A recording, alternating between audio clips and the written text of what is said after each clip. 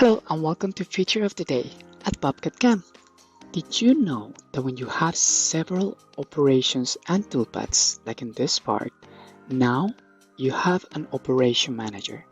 Not only would you be able to pick several toolpaths and features and move them around to change the order of your machining process, but more importantly, all your toolpaths and features get categorized under the tool they're currently using. This is very helpful, as if you need to change one tool, it's as simple as modifying the tool, press OK. The system will let you know that those toolpaths are no longer valid, and you recompute. In seconds, we were able to modify something that in prior versions we will have to be searching feature by feature and modifying each tool separately. Thank you and have an amazing day.